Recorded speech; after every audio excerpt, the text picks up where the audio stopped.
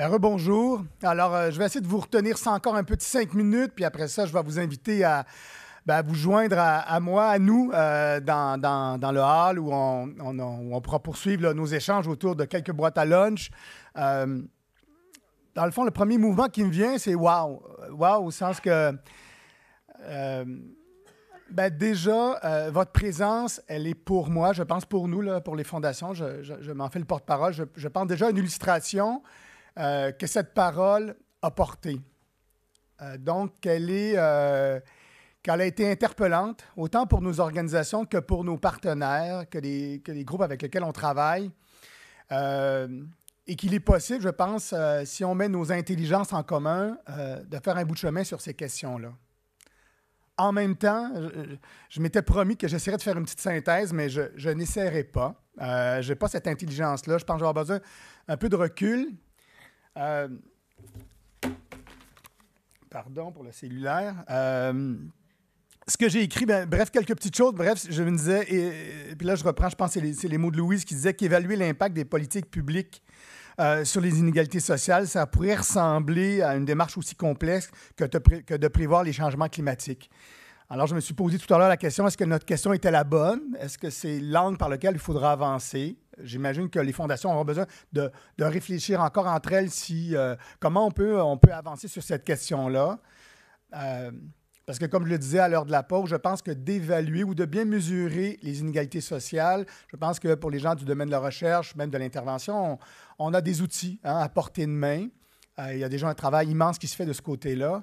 Ce qui me semble plus complexe, c'est d'être capable de bien évaluer, puis c'était un petit peu le défi qu'on souhaitait se donner comme collectif, c'est comment bien évaluer l'impact des politiques publiques.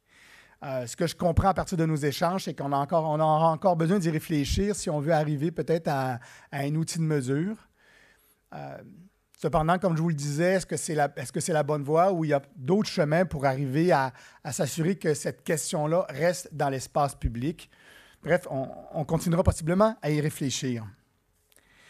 Ce qui est sûr, c'est que, avant d'arriver aux remerciements, je voudrais parler de la question du dialogue. Vous me permettrez là, une brève parenthèse, mais parce qu'on a beaucoup dans le rôle des fondations souligné que les fondations pourraient, là c'est mes mots à moi, là, c'est pas celle du docteur Lessard, mais qui était de soutenir la résistance, j'ai appelé ça comme ça, soutenir la cohésion autour de la réflexion sur les inégalités sociales, soutenir les processus, favoriser l'écoute, le dialogue, la compréhension, la co-construction. Donc, vous avez beaucoup souligné ce rôle que pourraient jouer les fondations. Cependant, à mes yeux, ça soulève toute la question aussi de la légitimité du secteur philanthropique dans l'espace public. Et puis là, j'allais dire, j'ai le goût d'enlever mon chapeau de porte-parole du collectif pour prendre celui de la Fondation Beati, parce que je ne sais pas jusqu'à quel point les membres me suivraient sur ce terrain-là, mais j'ai comme le goût de vous interpeller ou déposer là, à la réflexion de tous et chacun cette question, dans le fond, d'un dialogue à mes yeux, à initier aussi, parallèlement à notre réflexion entre le milieu philanthropique, le milieu associatif communautaire, et moi, je dis même l'État là, qu'on devait intégrer à cette réflexion-là. Comme vous le savez, on est dans un contexte où, nous, du point de vue des fondations, on peut avoir l'impression à l'occasion que l'État, sans vouloir nous refiler une partie de sa mission sociale, on est parallèlement à ça confronté aussi à un milieu communautaire qui nous regarde des fois avec suspicion, inquiet du caractère intrusif ou de nos interventions ou de notre capacité d'intervention.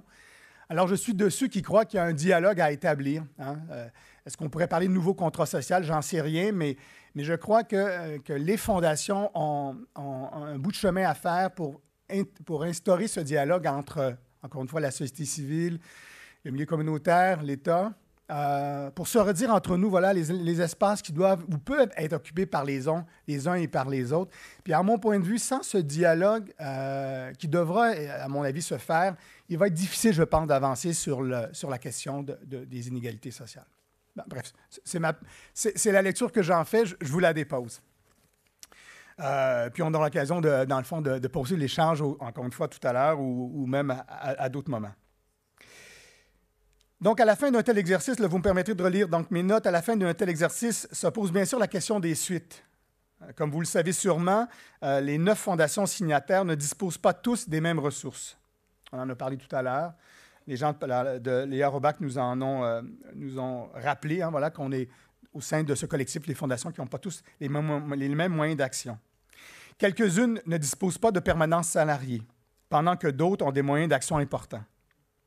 Des discussions en conseil d'administration devront encore avoir lieu au sein de quelques-unes des fondations signataires afin de bien préciser les apports possibles pour la suite. Cependant, à titre de porte-parole du collectif, je peux déjà vous dire que les fondations ont tous unanimement exprimé leur désir de rester vigilantes. En plus de continuer à travailler à ce que le gouvernement se dote d'un réel outil de mesure afin qu'il puisse s'assurer que les choix qu'il décidera de faire tiennent compte de l'impact sur les inégalités sociales, les fondations signataires ont exprimé leur désir d'explorer ensemble comment ils pourraient continuer à exercer un rôle de vigilance en regard de l'impact des politiques publiques sur les inégalités sociales au Québec. Dès la semaine prochaine, mercredi le 29 avril, donc ça vient très vite, pour être très précis, les fondations signataires de la lettre publique se rencontreront de nouveau afin de discuter de la façon dont ils pourraient poursuivre leur action commune. Donc, c'est une façon de vous dire que je pense qu'on prend au sérieux l'invitation qui vous a été faite de se joindre à ce vaste mouvement. J'espère qu'à travers un événement comme aujourd'hui, nous aurons donné goût à de nouvelles fondations de se joindre à cette belle aventure. N'hésitez pas à nous faire signe. Ce qui est clair pour nous tous, c'est que les fondations n'y arriveront pas seules. Je pense qu'on est plusieurs là, à l'avoir souligné, que c'est une réflexion qui doit, dans le fond, se co-construire et profiter, dans le fond, des intelligences, là, autant des premiers concertés, donc des personnes qui vivent les situations d'exclusion et de pauvreté, autant que des organisations qui leur sont solidaires, que les milieux de recherche. Des alliances sont sûrement possibles entre le secteur philanthropique, les milieux de recherche, comme je viens de le dire, et d'autres acteurs de la société civile, qui, comme nous, croient qu'une société plus juste, plus solidaire, plus égalitaire est une société plus riche, plus prospère pour tous et toutes. Le printemps est souvent une saison chargée dans l'agenda de beaucoup de nos organisations. Donc, permettez-moi de vous remercier tout spécialement d'avoir accepté de vous joindre à nous ce matin. Ce n'est pas toujours simple de trouver du temps en avril pour prendre une demi-journée pour faire ce type d'exercice. J'aimerais remercier aussi en votre nom nos panélistes pour leur apport, dont Mme Céline Bello, Martin Goyette et Louise Potvin. Alors, merci d'avoir répondu à cette invitation-là, d'avoir mis vos intelligences à notre service. J'aimerais aussi qu'on applaudisse tous ensemble l'équipe de l'Institut du Nouveau Monde, ainsi que son directeur Michel Venn, pour leur excellent travail. Sachez que sans eux, nous ne serions pas arrivés à organiser un tel événement dans un si court délai. Alors, bravo. Je ne sais pas qui ils sont, là, mais...